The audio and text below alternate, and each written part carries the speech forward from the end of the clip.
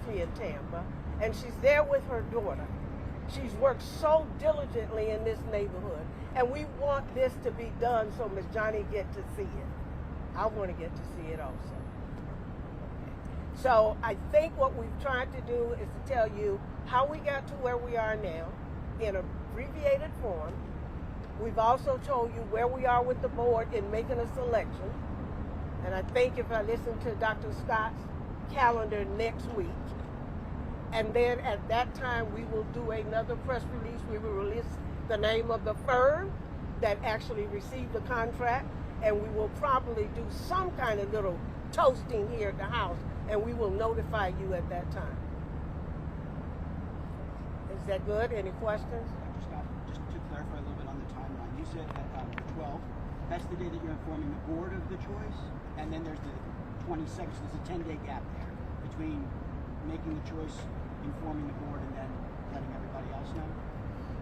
Yes, so the CRA meets on August the 21st, and so we are very confident that the CRA is going to approve this just like the city did, but I would prefer to release it after the CRA meeting.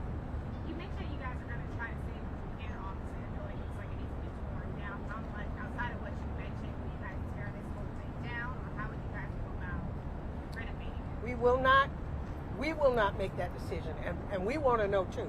That was two of the questions I asked, and both of them were the same when we were with the firms that were here today.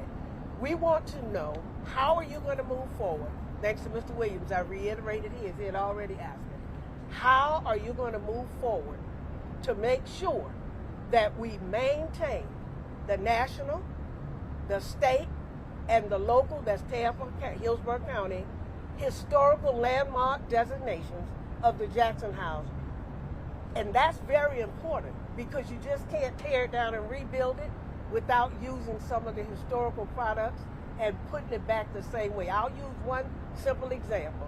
We went to Tallahassee when we got the grant. I made a presentation. We had a rendering from the architect, and the state literally ate me alive. And I couldn't understand why. And it was because we decided at that time to run a ramp up the side of the house and do an entrance on the back side here. And they say, that's fine. But you can't attach that ramp to that house, because there was never a ramp there 125 years ago. And it was a ramp was not there when we gave it the historic designation. So the historic folks are very serious about what they want done. And so we can't tell you, but we promise you that whoever gets this contract would have told us a little bit more on how they're going to break it down. And that was the purpose of today's walk around, in addition to the interviews they already had. So just to be clear, it's not sure how you guys are going to figure the plan. It's just trying to do something. Can Yes, you repeat that again? I got it. She want to know exactly how we're going to do it. And no, we don't know until an architect, engineer, and a project manager, all these folks come together from us selecting them, and then they're going to tell us. And we're so blessed, because we do have a contractor on our board who knows what he's doing and who did the stabilization. So he knows this house from the bottom to the top and all around the side. One more question. You mentioned that you guys have a code violation from the state that's also taking long. Did they say exactly what they were and what Oh, sure. took so long? And it's not from the state, it's from the city of Tampa. It's from the Hillsborough County. They have fire codes. They have safety codes. If we rebuilt the house where it is now, and we didn't have the 10-foot easement, and something happened and an ambulance needed to get through, it wouldn't. We've been educated that wood burn in 20 minutes. So we can't afford to have something directly next to us and it catch a fire. Nothing next to us and it catch a fire. And then this house will burn in 20 minutes as it is today, or with the wood that they're going to replace it with, because that's the rating. I don't understand that. I could ask, but I'm not going to bother Mr. Williams. But it's ratings that they put on it. So those are the codes. Same codes any of us would have to follow if we were building a house now in Tampa, and what the codes are that would be placed upon each and every one of us. How far you got to be away from the house that's next to you. What safety codes that you must have. And those are the codes that we're dealing with. Given the partial collapse that happened already this week, what else are you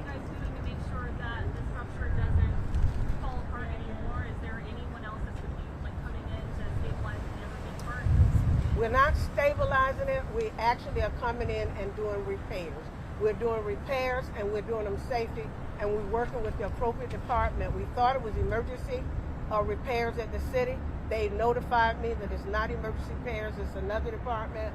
They're waiting for us. When we leave here, we'll be completing that paperwork and they will let us know how we can move forward. What's the estimated time frame on that cost?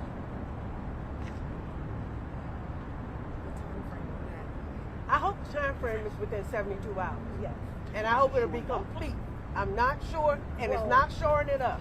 I want to make, we're not shoring, we're not stabilizing. We're doing emergency repairs.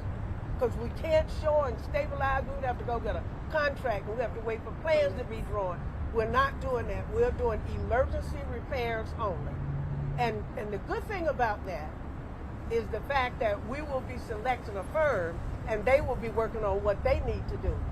Whether they're going to have to stabilize before they move in or how they're going to detach the house or whatever. That is going to be what the firm will make the decision.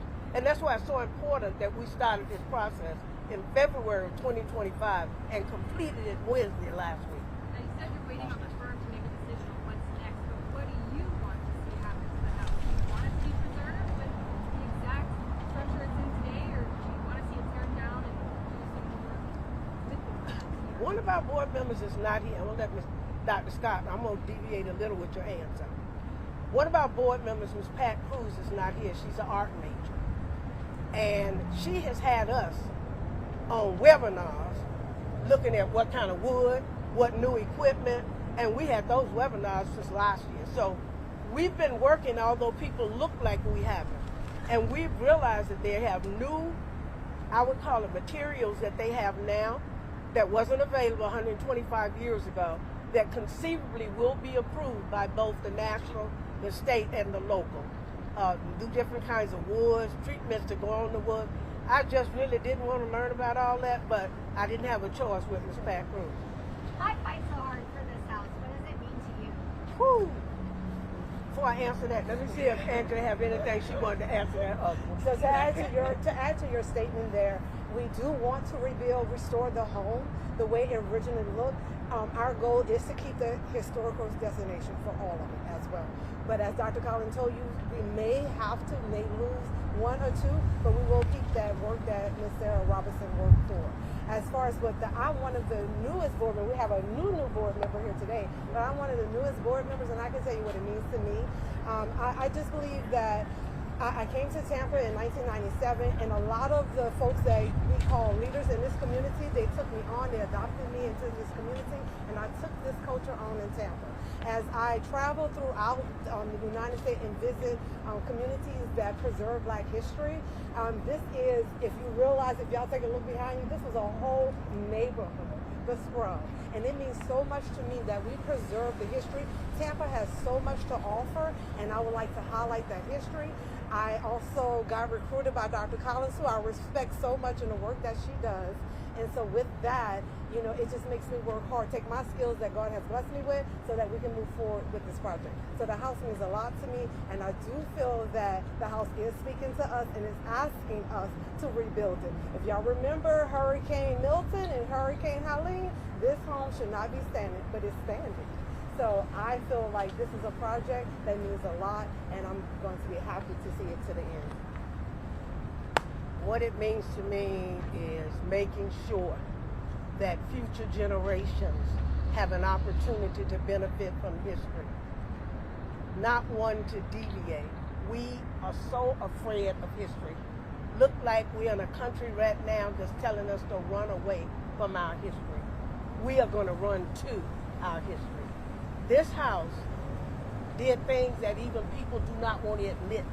There are people who don't want to say that Dr. Martin Luther King stayed there, but it's okay, he did.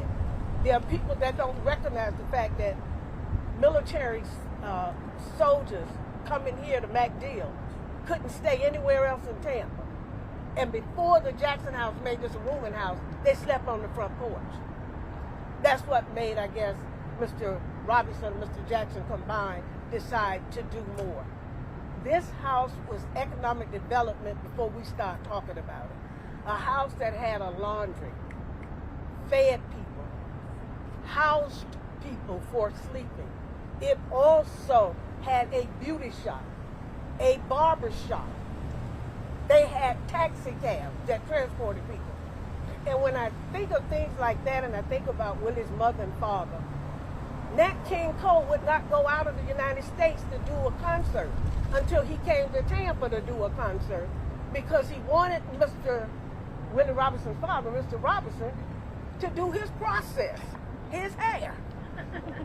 And he realized that he needed him to travel with him, and thus he traveled with Nat King Cole on all of his travels. And then Miss Robinson started traveling with him. And when she did so, she picked up a habit of buying fans. And if you had a chance to go in the house, or you saw the old house, every place that they went, she got a fan. And those fans went up the steps, from the bottom steps to the top. Large ones with the smaller ones in between. The kind of fans you get in the Bahamas and in the islands, but no matter where they went out of the country, England or wherever, she traveled with him most of the times. When Willie cleaned out the closet, he literally threw away a fur coat that belonged to his mother, that she had bought while traveling with his dad. This house has a history. This is investing in education, economic development. It has taught us so many things, and it's things that we need to teach our children.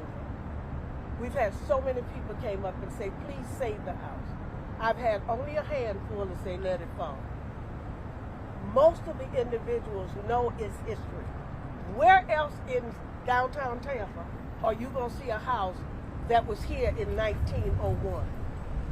That was here in 1926, when it was a barn that they called garages that was sitting right back there, and I just found the pictures of it. Where else? We've lost too much. It's now time for gain, and to make sure that our young people gain the history of the Jackson House and the Robinsons and Jackson family. How much will the emergency repairs on the east side of the house cost? Somebody told us immediately $100,000. Somebody said, oh no, we can do it much better than that. We can do it for maybe $10,000. So we don't know. I would tell you, I've heard as much as $100,000. I've heard as much as little as $10,000. And I think, speaking with the people today, if they decide to do an investment and put metal bars in it and steel bars and run them up and down and go this way to save it, I heard them say $500,000. We're not rich. So do we spend $500,000 for that? We're going to let them decide. They're going to have to tell us, and then we're going to go with what they say. So I could range, as I said, as little as 10, maybe as much as 100. And that decision of what to do and completing the repairs, you said you hope will be done in 72 hours? I would hope so. Then what's the That's me. I would hope it never would have happened. And to add to that 72 hours from the time that we get everything completed with the city. And what's the goal for the entire house? I know you guys said you want to act as quickly as possible, but when do you guys want to see it finished? Tomorrow. I was going to say, so we love You got those yes. two. We really don't know, but the one thing that the companies will be doing is they will be giving us a timeline. I was late getting here today. The reason I was late is I talk almost on an every other week basis with the United States Department of Census, the Department of Commerce. They're monitoring everything that's happening in this house. They've requested 3 things from us: timeline with a start date and an ending date, and an estimated budget cost. When we get it, we got to give it to them, and we'll make sure we get it to you. And just to clarify, is it this section over here that was affected by the collapse? No. It's on the other side. Okay. We call this the west side. West side, 10 feet easement. Remember that, everybody. That's the east side, 10 feet easement, and it was over on that side. If there are no other questions, I want to give a very special thanks to each and every one of you on behalf of the Jackson House Board of Directors, but more importantly, on behalf of Tampa's history, Florida's history, and there's so many people have called us that want to do documentaries on the history of the United States of America, and that is the Jackson House. The historic Jackson House will be back at 851 Zack Street. Thank you all so much. Very good.